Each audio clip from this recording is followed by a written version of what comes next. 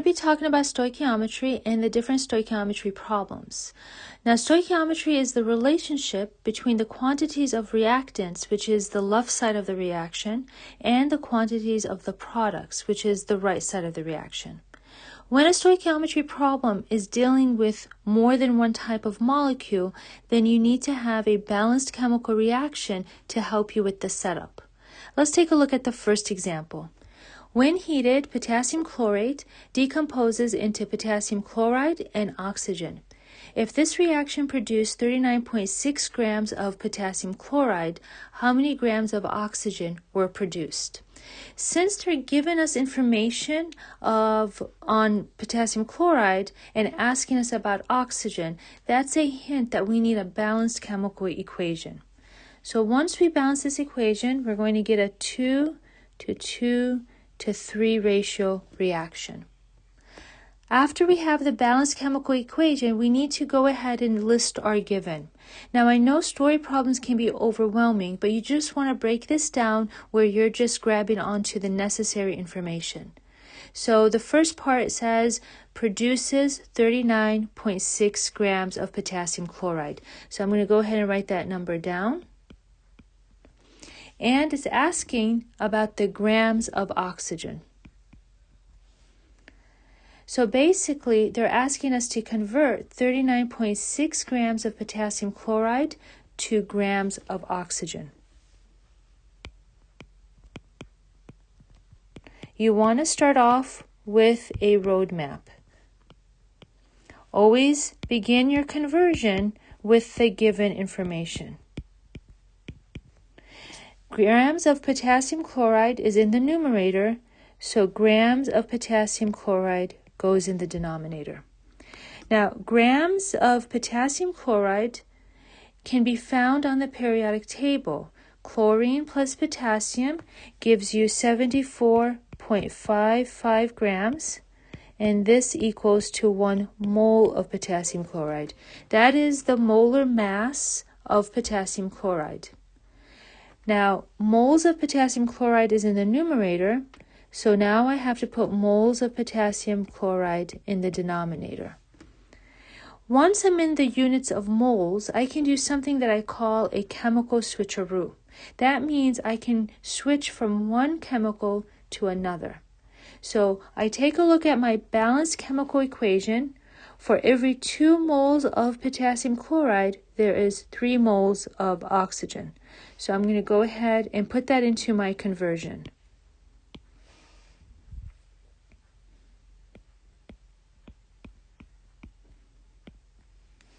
I open up another fraction bar.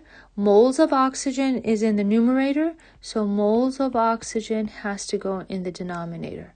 I can get the grams by looking at the periodic table. For every 1 mole of oxygen, I have 32.00 grams of oxygen.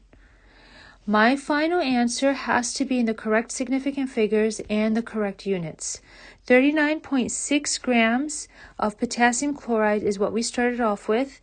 That has 3 significant figures, so my final answer is 25.5 grams of oxygen. Let's look at another example.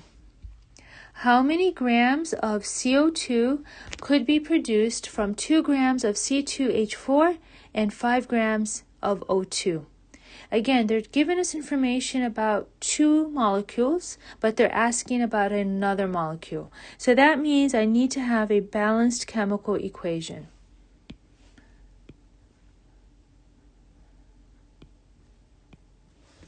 Okay. Once I have a balanced chemical equation, I can go ahead and write down my given. 2 grams of C2H4, 5 grams of O2, and they want us to figure out the grams of CO2. Now, this setup is a little bit different than the first example. In the first example, they gave us one type of information and asked us to convert to our unknown. In this problem, they're giving us 2 given informations. So which one would we convert to our unknown? Well, when they give us 2 reactants, we have to determine the limiting reactant.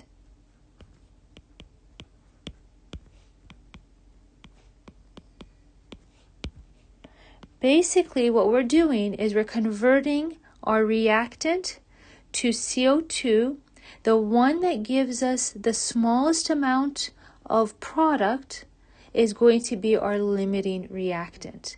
So we have to have two conversions here before we can actually pick our final answer. So I'm going to convert 2 grams of C2H4. Grams of C2H4 goes on the bottom. I can get that number from the periodic table. And this equals to 1 mole of C2H4. Moles of C2H4 is in the numerator, so I have to go ahead and put moles of C2H4 in the denominator. Once I'm in the units of moles, I can do what I call a chemical switcheroo.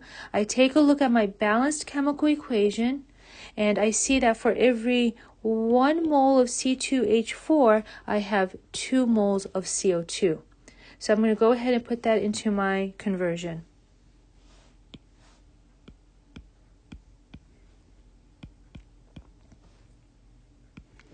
I need to go all the way down to grams, so I'm going to open up another fraction bar.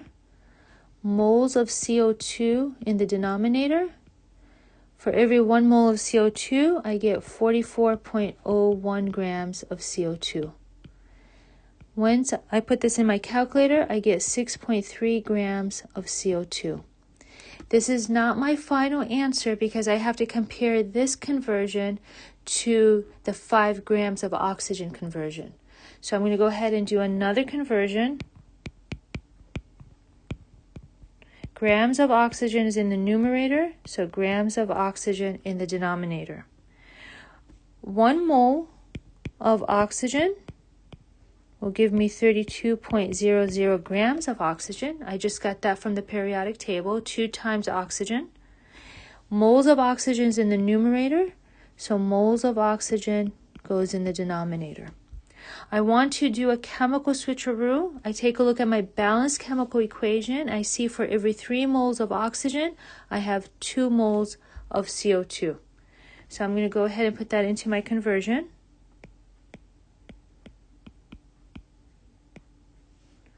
Moles of CO2 is in the numerator. Moles of CO2 goes in the denominator. 1 mole of CO2 is 44.01 grams of CO2. Once I plug that into the calculator, I get 4.6 grams of CO2. Now, my limiting reactant is the reactant that produces the smallest amount of product. So between 6.3 grams and 4.6 grams, 4.6 is the smallest number. So therefore, oxygen is the limiting reactant. And 4.6 grams of CO2 can be produced. That would be your final answer. It's a little bit more work when you have to determine the limiting reactant, but it's worth the wait. You will get to your limiting reactant and your final answer. Don't forget to put your final answer in the correct sig figs. Let's take a look at the third example. When NH3 is prepared from 28 grams of N2 and excess hydrogen, only 30 grams is produced. What is the percentage yield?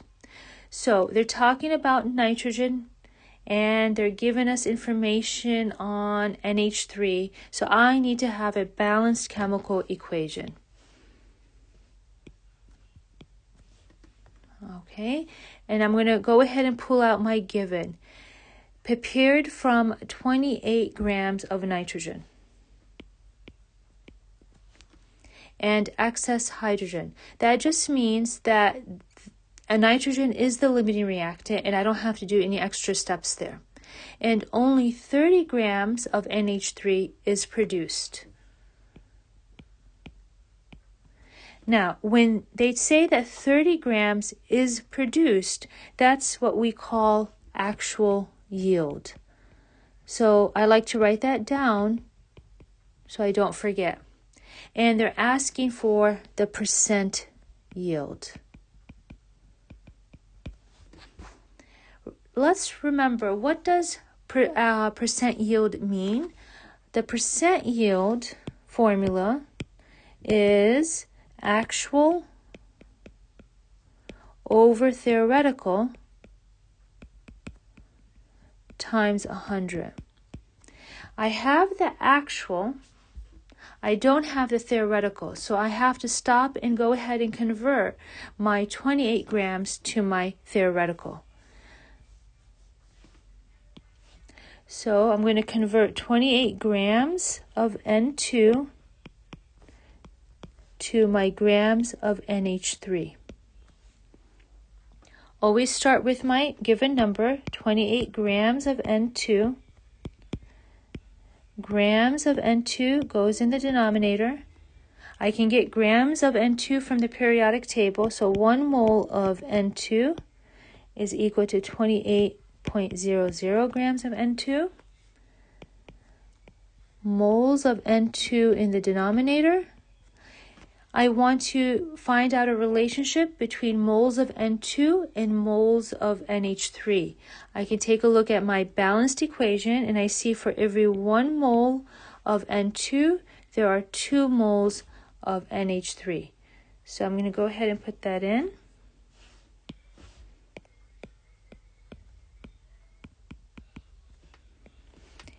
Moles of NH3 is in the numerator. Moles of NH3 has to go in the denominator. 1 mole of NH3 is 17.03 grams of NH3. Remember that 17.03 grams to 1 mole is the molar mass, so I get that from the periodic table.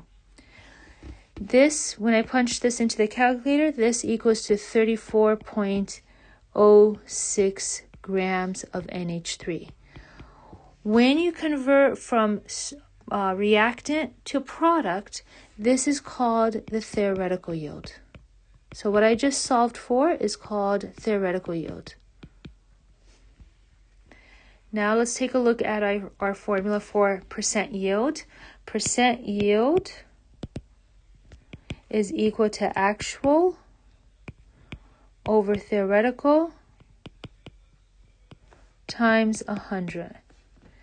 I have my actual is 30, and I have my theoretical, which is 34.06 times 100. So my percent yield is equal to 88%. Final answer. And I want to make sure I leave my final answer in the correct number of sig figs. Good luck and keep practicing.